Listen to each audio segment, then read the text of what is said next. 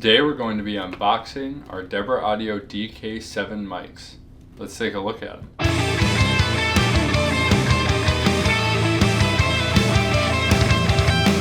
I am really excited. I am working with Debra Audio on showing you their DK7 drum mics. As I unbox here, you can see that you have a really nice hard case when you buy a set of these for yourself. And having a good hard case is really important for keeping your mics in pristine condition to produce the best audio quality possible when you are either on the road or in the studio.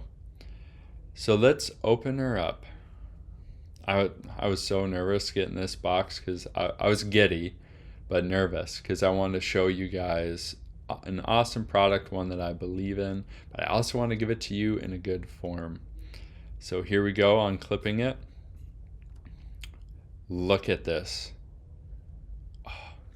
Here we have a set of instructions that Debra Audio included, recommendations for setting up their DK7 mics on your kit to produce the best quality audio out of their mics. They have mic applications for toms, snare drums, guitar and bass amplifiers, brass and woodwinds, kick drums, and electric bass amplifiers.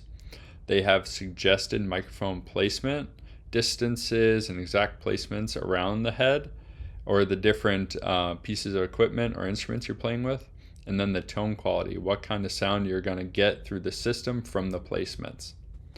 So here we have the compact super cardioid dynamic microphone, and that you have 4 of them, and they can go between, for me it's going to be the snare drum and the bass drum. And this puppy is the Super Cardioid Dynamic Instrument microphone, and that's going to go in my bass drum. That has a stand that you don't see here. I'm going to mount it on my own separate small microphone stand that I'll then put in place behind my bass drum. And then here you have the overheads. Something I really liked about Debra Audio's design here was the inclusion of the on and off switch, which brought a little bit more of the control of whether I was going to use the overheads in my hands versus always having to entrust the sound engineer to get it right.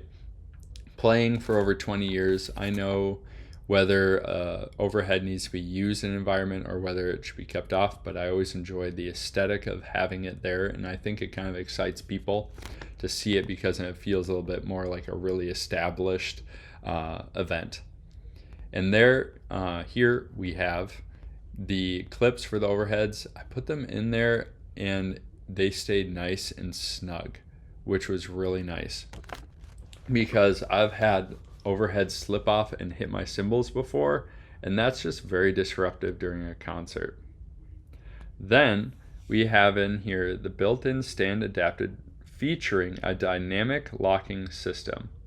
So you take the mic that you want to use, and here you have the different heights, which is nice because as you unlock it, you can slide it up and down to adjust for the distance from your drum heads or from the instrument itself based on what it is you're using it for.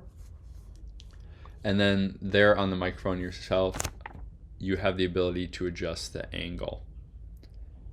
And for me, some environments require a little bit more of an attack, so I want it to be really close, aimed at the center of the drum head. And then sometimes I want the mic to help produce the sound should the environment be too big for just the drum kit to kind of have a presence in the event center. So then I like to back it off. And what's really nice is this is all super easy to use.